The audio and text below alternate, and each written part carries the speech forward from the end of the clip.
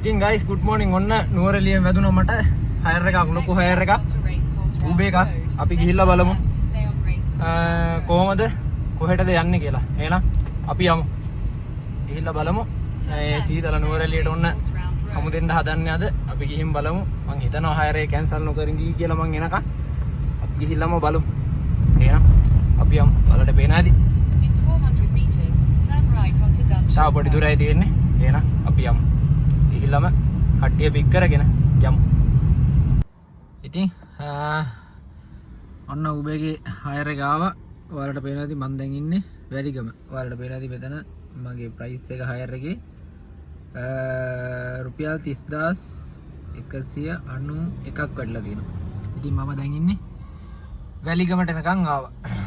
Right. ඉතින් දැන් වෙලාව හරියටම 6යි. ඉතින් මම ආවේ නම් මීට ටිකක් කලින්. ඉතින් දැන් තමයි ඔන්න හයර් එකෙන් ඒ කියන්නේ වැඩ ටික මේවා කරලා දැන් ඔන්න ආපහු ඇප් එක ඔන්ලයින් තියාගෙන ඉන්නේ ආපහු කොළඹට යන්න බලාගෙන. ඉතින් අපි බලමු. ඉතින් ඔන්න පික්මි එකත් ඔන්න එකේ තියෙන්නේ. ඌබ එකත් ඔන්න එකේ තියෙනවා. පික්මි එකක් වදීද ඌබ එකක් වදීද කියලා දන්නේ නැහැ. ඉතින් ගොඩක් කට්ටිය ආපුවාම ඉතින් ඉන්න තැනක් තමයි මෙතන මේ ආඩ වෙනදි පිටිපස්සා. මෙතන තමයි මේ වැලිගම පබ්ලික් টয়ලට් එක.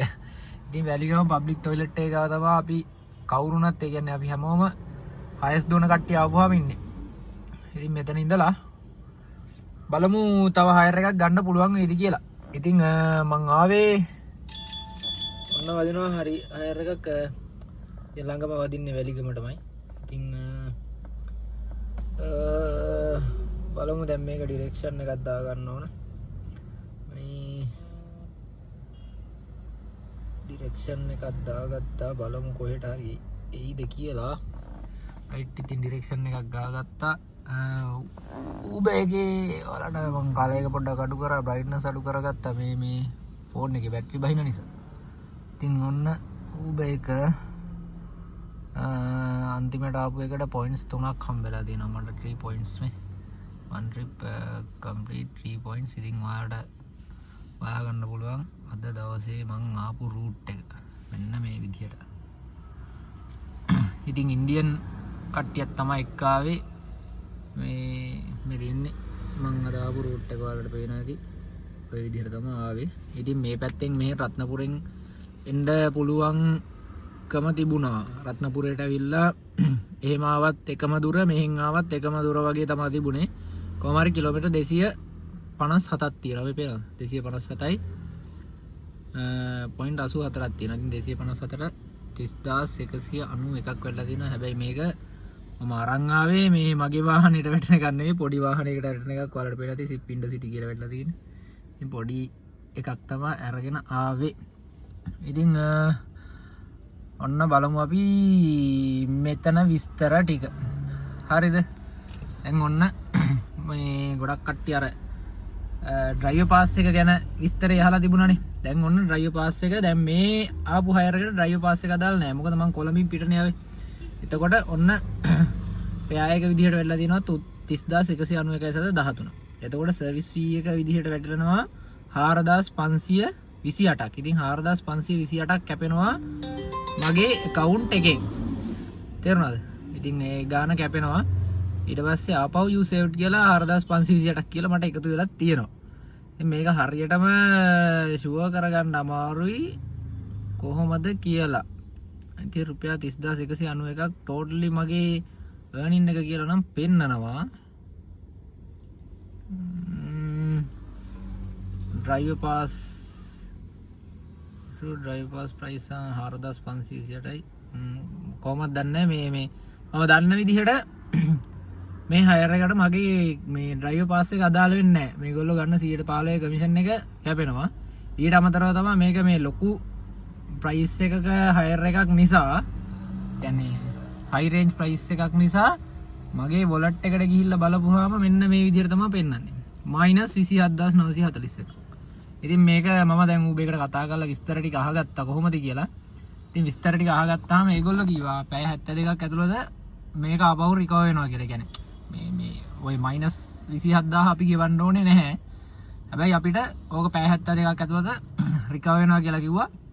හැබැයි පැය 72ක් යනකම් අපිට කෑෂ් හයර්ස් නැහැ. කාඩ් හයර්ස් විතරයි හම්බෙන්නේ. ඉතින් මේ කාඩ් හයර්ස් වල මුදලුත් එක්කම තමා පැය 72ක් ඇතුළත රිකවර් වෙන්නේ. ඔන්න ඒක ඔයාලට කියන්න ඕන. එතකොට තව මොනවද විස්තර ටිකක් කියන්න තියෙන්නේ. අද බලමු. රයිට්. ඔයාලා සාමාන්‍යයෙන් කොහෙද පෑලියගොඩ ඉඳන් කටුනායකට යන හයිවේ චාර්ජ් එක ඇඩ් වුණාට මෙහි හයිවේ චාර්ජස් ඇඩ් වෙන්නේ නැහැ. තේරුණාද ඔයාලට? මේ පේනවා තියෙන්නේ. ඔයාලට මේකේ ඔයාලට කොහෙවත් මේකේ ටෝල් එකක් ඇඩ් වෙලා තියෙනවා කියලා පෙන්නනවද?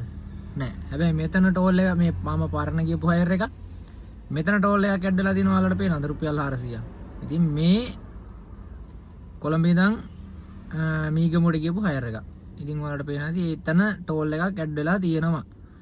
හැබැයි මේකෙත් මම හයිවේ එකේ ආවා මට මතක නැහැ කොතනින්ද ආවේ කියලා. මේ තියෙන්නේ මෙන්න මෙතන ඉඳන් මෙතෙන් එනකම්ම ගාල්ලට එනකම් මෙතන ඉඳන් ගාල්ලට එනකම්ම හයිවේ එකේ තමයි ආවේ. ඉතින් මං හිතන්නේ කිලෝමීටර් 70ක් හරි 60ක් හරි තිබුණා. ඒ රුපියල් 500ක් මේ හයිවේ එකට charge වුණා. ඉතින් ඔන්න මේ ඒක කොහෙවත් ඇඩ් වෙලා නැහැ. මේ තියෙන අර පැය 72ක් ඇතුළත විස්තරේ ඔන්න වැටිලා තියෙනවා.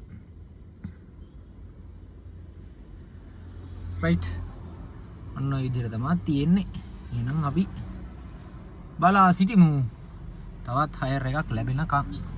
ඉතින් ඔන්න අපේ ගෲප් වල ඉතින් ওই මැසේජ් එන්නේ. එහෙම ඒවත් අපිට තියෙනවා හයර් දුවනකොට. ගෲප්ස් වලිනුත් හයර්ස් අරගෙන අපි දුවන වෙලාවල් තියෙනවා. නැතුව නෙමෙයි. දැන් මේ දවස්වල ඔෆ් සීසන් ඔයාලට පේනවා ඉතින් මොහොත කොච්චර රළ වෙයිද කියලා. පේනවද? මේ දවස්වල ඔෆ් සීසන් යන්නේ.